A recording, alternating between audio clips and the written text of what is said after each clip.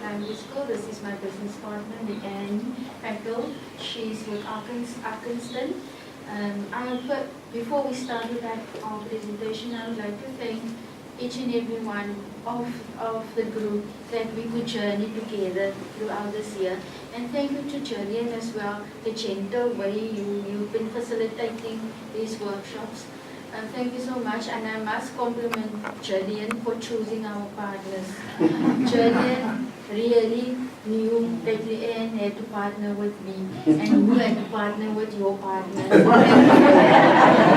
Julian, and on the other side, I'd like to thank Melanie Burke. She's not here, but she got me into this program. I didn't know anything about Partners of Possibility. If it wasn't for Melanie Burke, then I wouldn't have been part of this journey.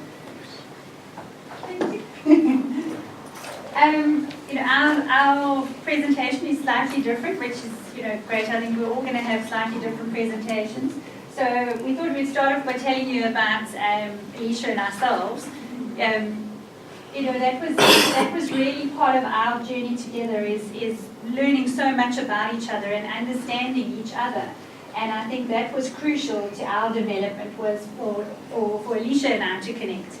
So in terms of who I am, my name is Leanne. I work with a training company.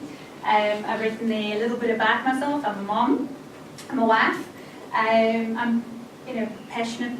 I've tried to change the word passionate because everyone's passionate about everything these days. So I'm fierce about learning and development and making sure that people do things properly and that they follow a process, and we're not just building programs for the sake of programs. And that's why P4P was so amazing. Finally, something that that actually does what it says it's going to do.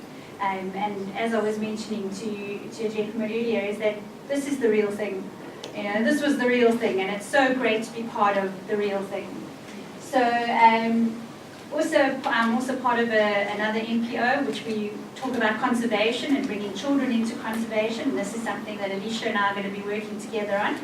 And then slightly different to Gladwin, I'm actually going to hand over to Alicia now for a few minutes, and then she'll hand back to me.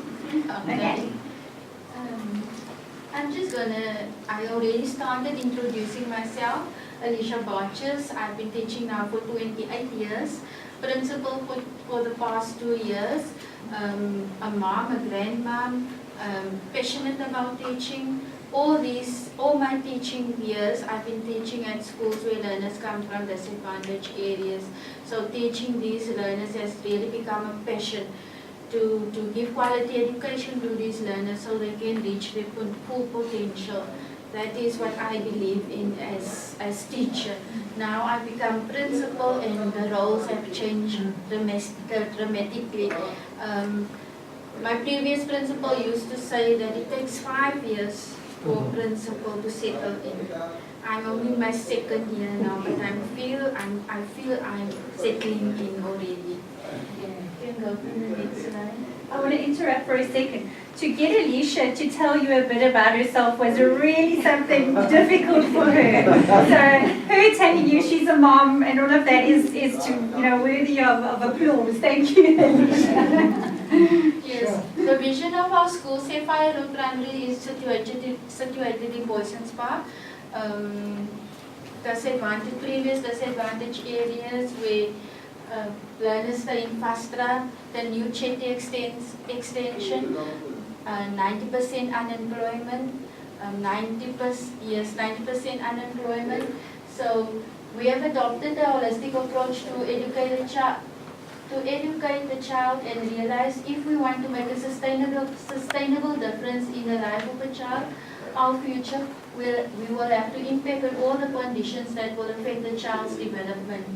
The school not only focuses on educating learners, but the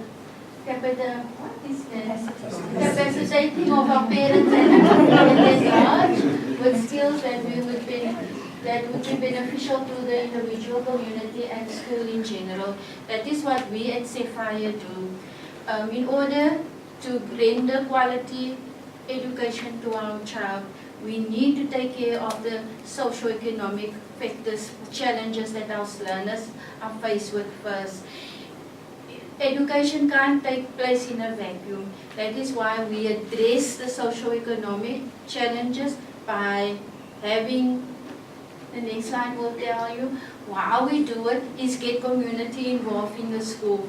At our school we had about, now it's 30, last year it was 45 volunteers that are doing different duties at our school. These volunteers come to school every day without earning a cent, helping our teachers, making their task as educators so much easier. So volunteers are, there's volunteers assisting in the helping with the secretary with administration.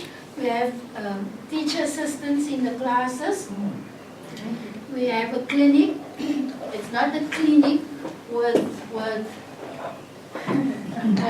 qualified staff, not a clinic with qualified nurses. Basically just there to assist teachers. For instance, if a child gets hurt in the class, a wound, and then the child goes to the clinic, so that the teacher must concentrate on education. So then the child is sent to the clinic. If it's major injury, then we send the child normally to the Boys and Spark clinic, or there's a doctor that is overseeing the clinic. If it's serious, then we send the child to the doctor. We have a gardener that takes care of the garden, and the produce of the garden is used for the feeding. And there's many learners with HIV/AIDS, and so some of the produce is given to those families. We have ladies that are cleaning our toilets, so you can come to Sapphire, you'll see it's the cleanest public toilets. So, and security, men that are cleaning the school grounds and doing some maintenance work. So that is what we have at Sapphire Primary, what we are doing, getting the parents involved, taking hands, parents, learners, teachers, to reach our vision. Without the help of the community, it won't be possible. We go to the next slide. Yes, there's just some of the programs that we do have at Sapphire Road. I mentioned it now in the previous slide. Oh yes, some of our, we go back. Our challenges actually are our biggest blessings. We get our improvement plans from our challenges, the socio-economic challenges that our learners are faced with. We get our improvement plans from them. That is where the clinic, the maintenance workers, the gardener come in. So we do have what we can add there. Then add a social worker that is employed by the Department of Social Development, working at our school 3 days a week. We are so blessed for that. We had the previous years, the social worker only worked for 1 day. And we had to motivate why we need a social worker for more than 1 day.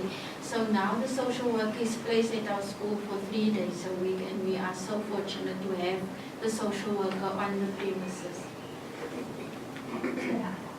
Yeah, some of our highlights is at our school. It's just now, this is now the most recent. One of our ex-grade 7 learners, she was grade 7 last year, she got accepted at OLEC, Oprah Winfrey Leadership Academy for Girls. We were so excited as a school. This girl, her name is Kanisa, she made us proud from grade 1. She just stood out. Very good, focused learner, and we thought we had to apply to OLEC for this girl. For this girl, and she got accepted, and we as a school are so proud of Kanisa. Social worker was there at our school last week saying that the child is very focused, and she put Sapphire actually on the map. And then there's Jillian showed me it's 5 minutes. So what I want to mention is that parenting program, we involve the parents by having parenting programs for our parents. The one we had last year and still continuing this year is that we have a program where we educate parents, train parents to help their kids with homework. Now this year, the parents that were trained last year is going to train. They're going to train now, and so it will continue where parents will be training parents to help their kids with homework. Alright, so that was really just obviously background as to the school, and I think you'll all kind of understand now that when I came on board, there was a lot happening at Sapphire. So I kind of thought, well, you know, where can I fit in here? Because there's so much good happening already. How on earth can I contribute to this? So that, as Gladwin said, it can be really daunting. So you arrive and there's this happening and that happening, and I kind of looked at Alicia and went, well, what do you need me for? You know, things seem fabulous. Yeah, you've got everything under control. And then I realized is that Alicia needs me because Alicia needs someone. She needs someone to bounce ideas off. She's a leader, and she's a gentle leader, and she's a humble leader. And at the same time, she faces the same problems that we do in business. Discipline, absenteeism, all those things that we all deal with on a daily basis. So our journey in many ways started really late, much to the frustration, I think, of some. But our journey started quite late. But it was a process for us. It was really about me understanding that perhaps my contribution is not a financial contribution or a funding contribution or a change in any way. It was more about support. So it was a support process.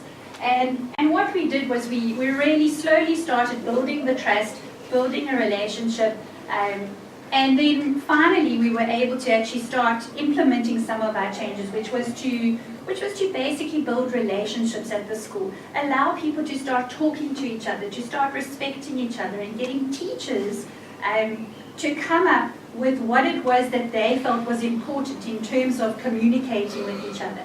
So we did a workshop. We said, come on teachers, what's important to you? If you're going to deal with people every day, what do you want from them? And all those words came up: honesty, authenticity, you know, and we basically came up, well, we stole an acronym, but we also came up with it, which was the acronym HAIL. So we decided that we would build HAIL into everything that we did.